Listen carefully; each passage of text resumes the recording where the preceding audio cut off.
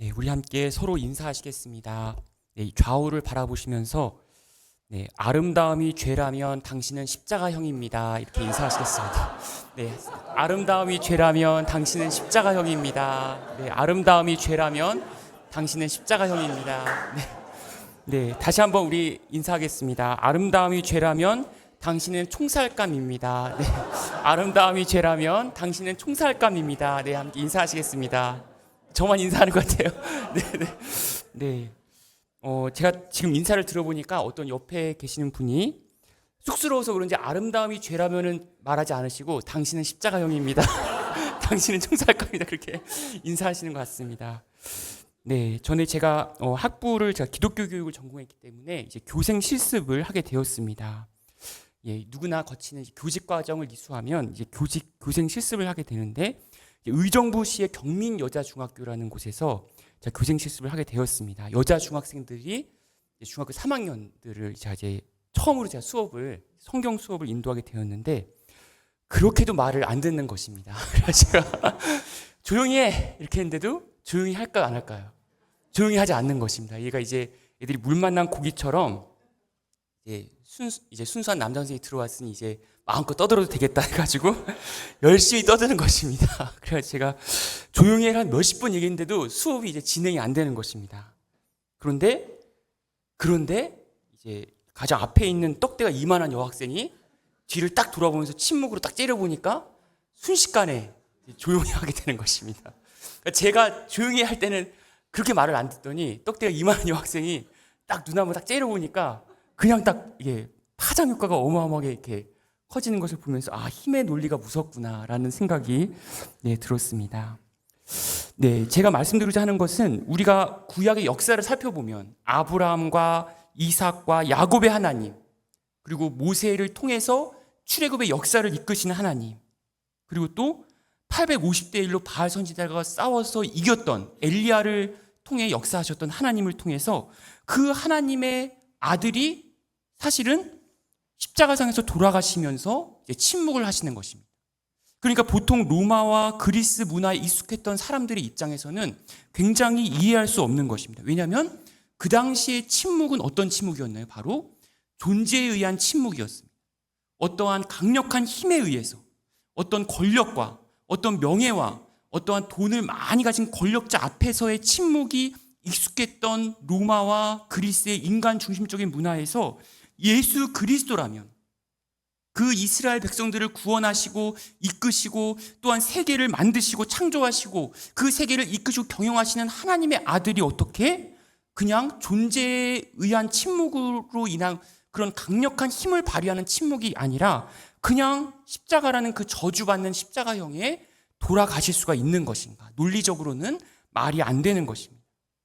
그런데 그렇게 십자가상에서 돌아가시면서 침묵하신 이유는 바로 자신을 내어주시면서 한 영혼을 위해서 자기 자신을 완전히 몸을 바치신 십자가의 사랑에 기초하고 있는 것입니다.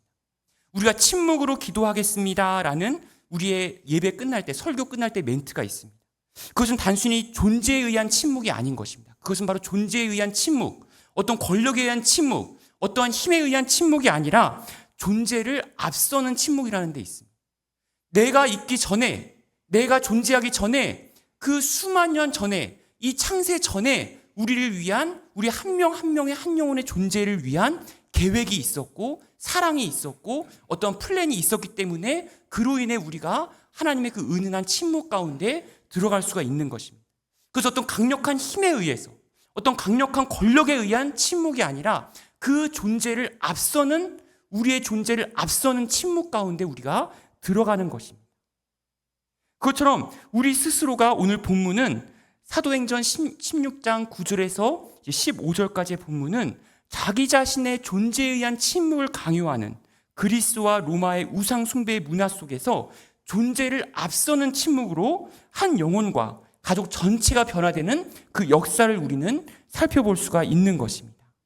본문이 속한 사도행전 16장은 15장부터 18장까지 이어지는 사도 바울을 중심으로 하는 제2차 이방 전도 여행의 하나의 부분입니다.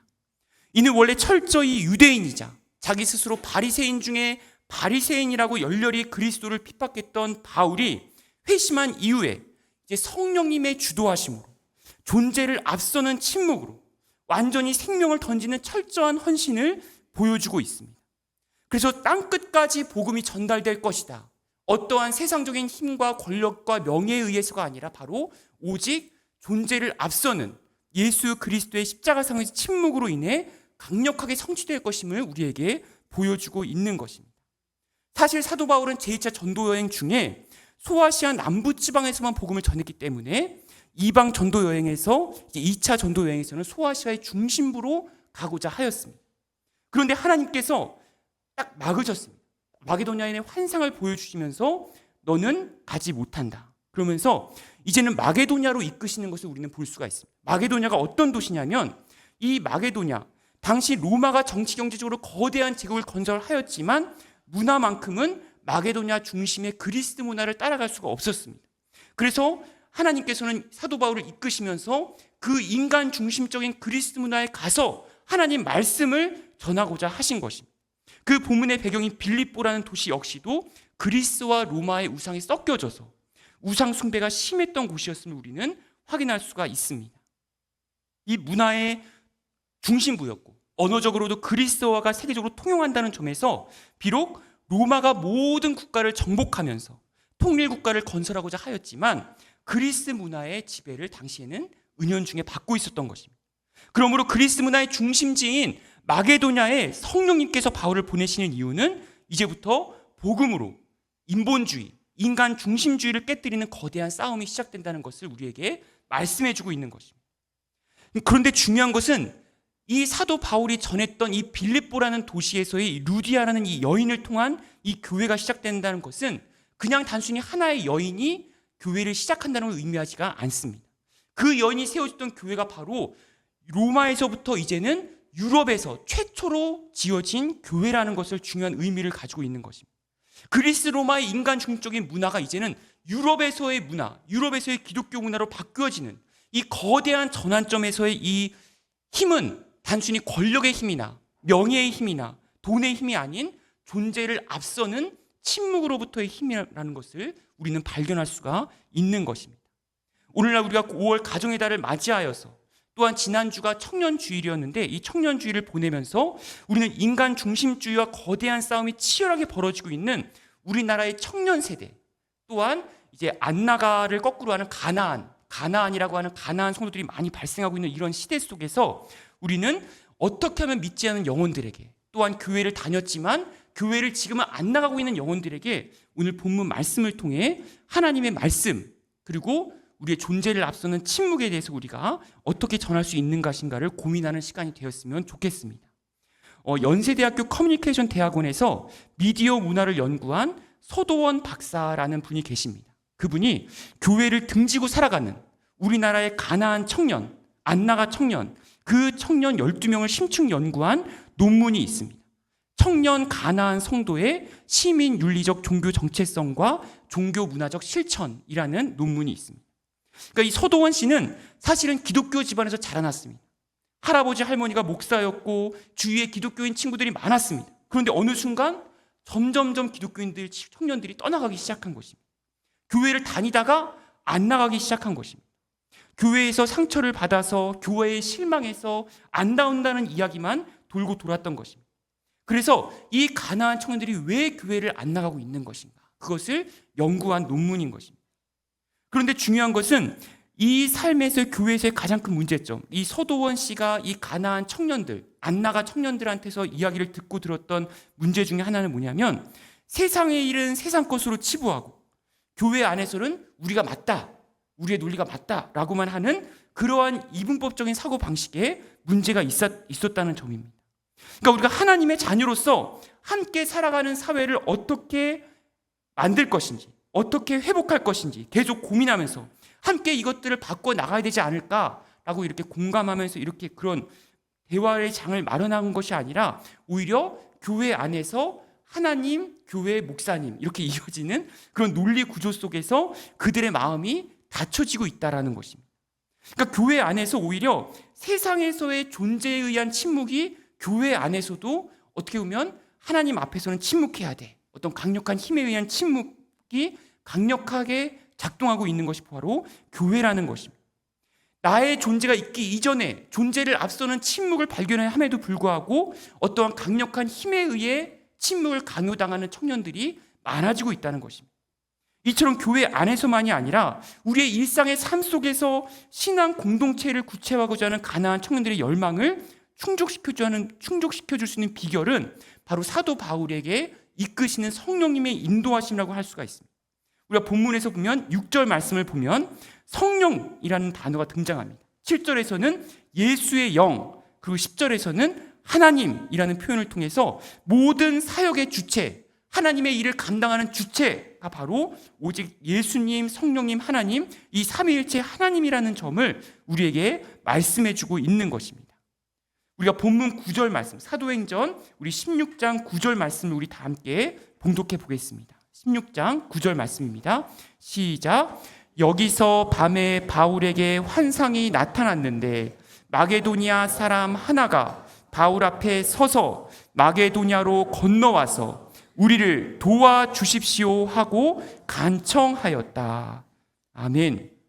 여기서 헬라어 원문으로는 너는 마게도냐를 향하여 건너서 우리를 도우라는 의미의 보에데손이라는 표현이 있습니다. 이것은 보에데오라는 2인칭 단수 능동태 부정과거 명령형으로 울음소리를 의미하는 보에와 달리다를 의미하는 이제 데오라는 뜻의 합친 단어입니다. 그러니까 울음소리를 듣고 달려가다. 그들이 지금 울부짖고 있다. 그들의 영혼이 교회를 나오지만 교회를 안 나가는 상처를 받은 그러한 심령들, 그 루디아라는 여인도 마찬가지로 유대인 하나님을 믿는 사람이었지만 그들이 여성이라는 이유 하나만으로 그렇게 외면당하고 고통당하고 울음을 울부짖고 있다. 그 울부짖음을 듣고 달려가야 한다라는 그 공동체의 도움의 대상을 마게도냐인 환상을 통해서 하나님께서 사도 바울에게 보여주고 있는 것입니다. 여기서 마게도냐는 발칸반도의 중동부이자 헬라의 북부 지방에 위치한 곳입니다. 유명한 알렉산더 대왕의 고장인 곳입니다. 마게도냐 지방은 특히 모계 사회의 특징이 강해서 부인들의 지효 활동이 굉장히 월등했던 지역입니다. 그래서 복음을 영접한 여인들이 많았던 지역이었습니다. 이처럼 마게도냐는 환상을 통해 바울의 순종은 현재 일에 대한 하나님의 뜻과 나의 계획이 일치하는지를 끊임없이 점검하고 다시 한번 계획을 재점검해서 하나님의 뜻으로 나아가고자 하는 사도 바울의 그 마음을 우리는 알 수가 있습니다. 그래서 본문 10절에서는 아무 예고도 없이 갑자기 우리라는 단어가 등장하고 있습니다. 우리라는 단어는 사도 바울의 동역자이자 사도행전의 저자인 누가가 함께 있었다는 증거입니다. 그래서 이러한 것을 통해서 자신이 가고 싶어하지 못하는 대신 마게도냐 사람의 환상을 통해 이제는 사도 바울이 빌립보로 나아가는 것을 우리는 알 수가 있습니다. 어느 한 부부가 이제 대화를 하고 있었습니다. 아내가 남편에게 요리해주면서 맛있게 요리해주면서 당신은 나처럼 얼굴도 예쁜데 음식도 잘하는 아내를 사자성어로 뭐라고 하는지 알아? 이렇게 물어보았습니다. 그러자 남편이 자화자찬 이렇게 말하는 것입니다. 아니 그거 말고 이제 여인이 그 여성이 듣고 싶은 말은 금상첨화였던 것입니다. 금상첨화. 이제 얼굴도 예쁜데 요리까지 잘하는 여자. 그래서 이제 금상첨화를 들으려고 계속 물어보는 것입니다. 아니 그거 말고 외모도 뛰어나면서 살림살이도 잘하는 여자를 아내를 사자성어.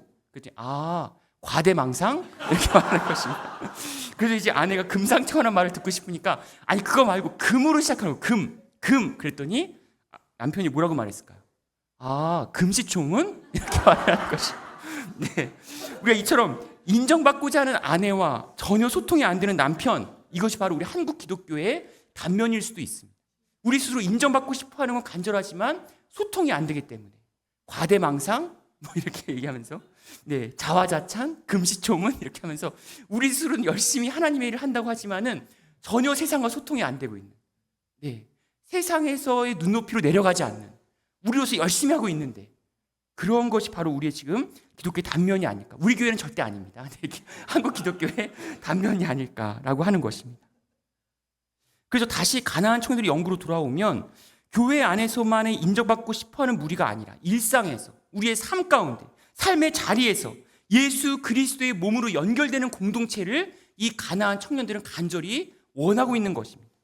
마치 마게도냐인이 우리를 도우라 말하면서 울음소리를 정말 듣고 달려가 돕는 것처럼 연구에 참여한 분들의 공통점은 공동체의 필요성을 간절히 느끼고 있는 것입니다. 그런데 이 공동체는 존재에 의한 침묵에 의한 공동체가 아니라 존재를 앞서는, 너가 지금 존재하는 건 너보다 앞서는 누군가가 너를 위해 계획하고 플랜을 짜고 놀라운 하나님의 구원의 역사가 있다는 그 존재를 앞서는 침묵을 그 청년들은 간절히 원하고 있는 것입니다. 그렇기 때문에 여기서 보면 청년들은 내 생각과 판단과 감정을 내려놓고 오히려 내가 틀릴 수도 부족할 수도 있지만 함께 고민하고 함께 친구가 되어주는 공동체, 그것을 지금 많은 믿지 않은 영혼들이 원하고 있다는 것입니다. 그래서 빌립보 도시에서, 이렇게 빌립보는 사실은 사도 바울이 가서 이제는 빌립보 교회가 끊임없이 사도 바울과 함께 동행하여 주는 것을 알 수가 있습니다. 이 루디아라는 여인을 통해서. 사실은 이 루디아라는 여인은 이제 자주 장사였습니다. 자주 옷감 장사였습니다. 그 당시에 자주 옷감은 반드시 필요한 옷감 중에 하나였습니다. 로마 시민들과 로마의 군인들과 로마의 정치인들이 입었던 옷감 중에 가장 많이 사용했던 옷감이 바로 자주색 옷감이었던 것입니다. 그래서 이렇게 많은 상업 일을 하면서도 사실은 하나님의 일을 감당하면서도 사실은 그 당시에 로마 황제를 숭배해야만 물건이 통용될 수 있고 상업 활동을 할 수가 있고, 그러한 상업 활동의 제약 속에서도 이 루디아라는 여인은 간절히 하나님을 알고자 하는 그 마음 가운데 붙잡혔던 것입니다. 그래서 사도 바울을 따랐던 것이지, 사도 바울이 존재에 의한 침묵에 의한 것이 아니라 바로 존재를 앞서는 침묵에 의해서 이 루디아라는 여인은 자신의 마음을 열고 가족을 열고 또한 온 가족의 세례를 받을 수 있도록 그 하나님의 침묵 가운데 나아갔던 것임을 우리는 발견할 수가 있는 것입니다.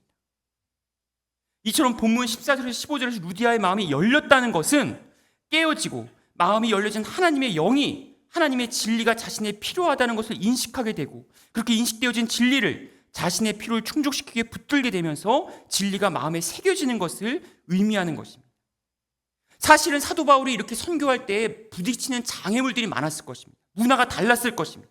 여러분, 우리가 흔히 사용되는 단어 중에 다문화라는 용어가 있을 것입니다. 다문화. 문화가 많은 것 중에 하나.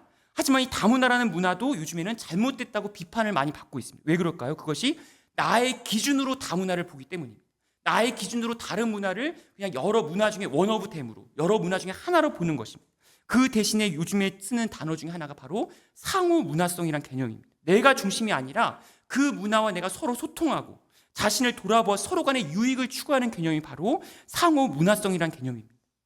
특별히 목회 상담 중에, 상담하는 영역 중에서도 상호 문화적 목회 상담이라는 영역이 있습니다. 여기서 보면 유명한 학자 중에 하나가 임마누엘 라티라는 상담가가 있는데, 그 다문화, 다양한 문화 속에서 우리가 직접 들어가서 그 영혼을 건져내서 구원하기 위해서는 비소유적인 따뜻함이 있어야 된다라고 말합니다.